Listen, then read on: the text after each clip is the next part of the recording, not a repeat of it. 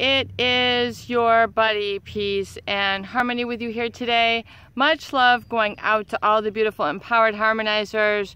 And we're zooming in and focusing in today on a great viewer question.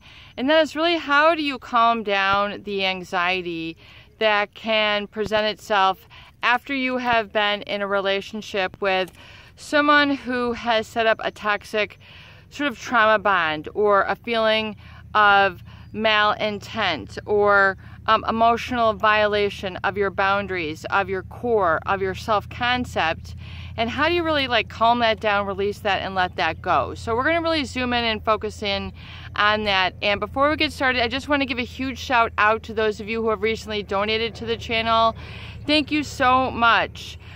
We have Canada in the house, we have Michigan, we have Wisconsin, we've got Texas, we've got all sorts of great viewers here on the Peace and Harmony community. So thank you so much for your continued unwavering support and going through all the various stages of your journey here together. So it's an honor and a privilege to be able to take your questions, your comments, and sort of make sure that you're really getting on to the next level. So we're going to zoom in and focus in on that question. How do you calm down the anxiety? How do you really sort of get things settled? And when we talk about a relationship with someone who is personality disordered, perhaps covert narcissistic, overt narcissistic, or psychopathic, you're dealing with someone who has sort of an external facade, a way of treating others in society, particularly manipulation to get others to give them a lot of attention, to give them a lot of oohs, ahs, and basically always be reacting to them. These people love to get people reactive. They love to trigger people. They love oftentimes even to cause fights, cause trouble. So kind of instilling anxiety into you, instilling intimidation, instilling insecurity into you is a way for them to manipulate and control on the down low, on the negative. And so when we talk about someone who's personality disordered, and the facade that you see in public, perhaps, they might be, all gregarious and nice and fun, but then they turn on you and then they switch, and then those other people who they have targeted, scoped on, or focused for sabotage, scapegoating, sort of getting the worst of things, projecting all their insecurity onto you, so you become like a dumping ground for them. And so then, through repetition and experience, unbeknownst to you, oftentimes unconsciously, you're taking the role on of being the one who is always absorbing other people's problems, other people's negativity. It becomes a natural way of being, a natural lifestyle.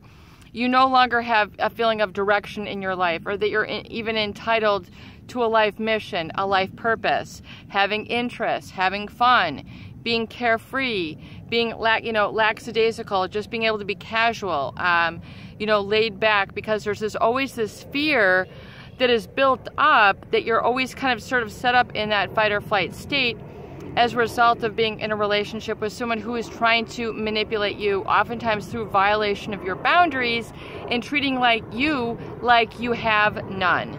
So that's the whole problem when we talk about the covert narcissist, is that they just sort of help themselves to other people's attention. In other words, and because of their lack of empathy, they don't really care if they are distracting you from what you should be doing. In other words, it's a complete violation of your boundaries. It doesn't matter if you need to do homework. It doesn't matter if you need to go and do, your cooking. It doesn't matter if you have to go to work. That you need to be focusing on something productive, that you should be going out and having your own relationships, your own friends. It's just like they help themselves through a sense of entitlement to others' support, to others' eye contact, to others' ability to listen, to distract. So it's almost like a big win, especially for someone who is really severe on the spectrum and who's antisocial, who is psychopathic. It is a true win for them if they can get you to be distracted off of something which is very important to you, like your work, like your homework, like you're having your interests, like being able to go out and enjoy yourself. They're always going to make sure that they're tugging on the line like fishing twine, or whatever you call that, fishing wires. You know, they're always going to make sure that you're feeling the tinge of being held back.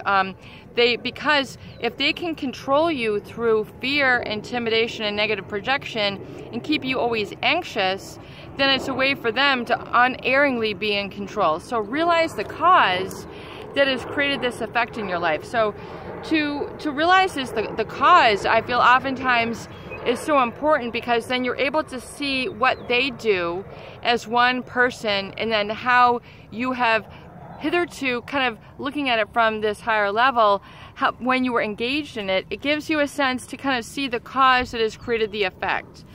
And the cause is with the intention of keeping you in a fearful state. So this anxiety then becomes a way of life. It becomes a new normal, a new natural for you.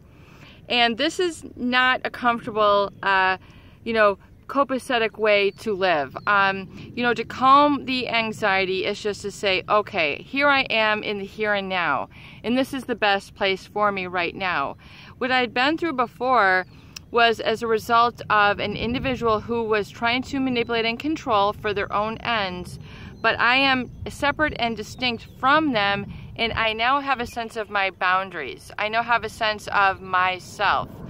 And the more that I become aware of, acknowledge and validate this, and then bring in sort of the elements of independence, and then incorporate that so it's not always antagonistic. It's not always sort of a pushed away state. I would say that the anxiety oftentimes is created because there's an anger that you haven't been able to settle into and get comfortable with this independent, autonomous, interested state. You have not been permitted for your body to kind of sink into that level. And so there's a sort of hostility and anxiety that you won't be able to do it. You don't have what it takes. You don't have the validation. You don't have a start point. You don't have an end point. So it's really sort of an unstructured place to be. So to put structure and to put safety is to know that, first of all, it's okay to be one person. It's okay to be independent. It's okay to navigate yourself and to have your interests.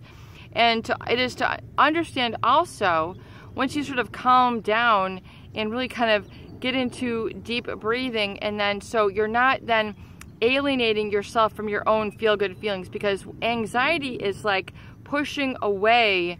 It's pushing away and alienating yourself and feeling antagonized by the feelings of being independent. So oftentimes it's like this. Let's say you want the sun to shine. You're going to an event, or you're hosting a party and it's supposed to be outdoors, but it's raining out. And then you get anxious and angry at the rain because it's ruining everything. So anxiety is kind of like the same thing. You're wishing it was not so. You're wishing that this did not happen. You know, and it's sort of feeling at odds with your natural state of being, and so you need to kind of welcome these feelings, and then of course get into some talk therapy so you can get, that's what the recovery journal is about. It's so that you kind of put all this sort of anxiety onto the page. It's sort of a draining of that. So it's just a draining down and getting grounded and rooted in a more calm, slower manner. So even if you go slow in the right direction, you're going in the right direction. So it's to feel that you don't have to make these huge leaps. You know, anxiety oftentimes is created by that, the feeling that, you know, if we get happy, we might not be able to stay there. Someone might steal it from us. We might not be able to maintain it. We might, you know, self-sabotage or do these other things that are like the acting in. Once we've been around people, so many people who have acted out, that then if they're not around, we keep the anxiety going by acting in and causing more drama. So it's a way to perpetuate the anxiety that was projected outside. It's a way to keep it going because that's all you know. And the body likes to follow patterns. It likes to keep, you know, in a state of certainty. At least this is familiar. At least anxiety is familiar. I'm going to just, then even if they're not around, this is what ends up happening, is that even when the abusive, manipulative person isn't around, they're still keeping that negative state going by acting in disappointing themselves, saying, you know, see, I can't do it. See, I can't go out. See, I can't have interests. See, I just spilled the milk. So there's all sorts of reasons, you know, where the mind will begin to then look for and find reasons why you should stay anxious. So it's to say, okay, I'm going to calm my mind down from that sort of, it's like a perpetual wheel. It's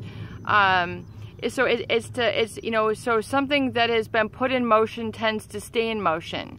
So it's to say, okay, I understand this law of physics and how it works within my personality and within my relationship dynamics.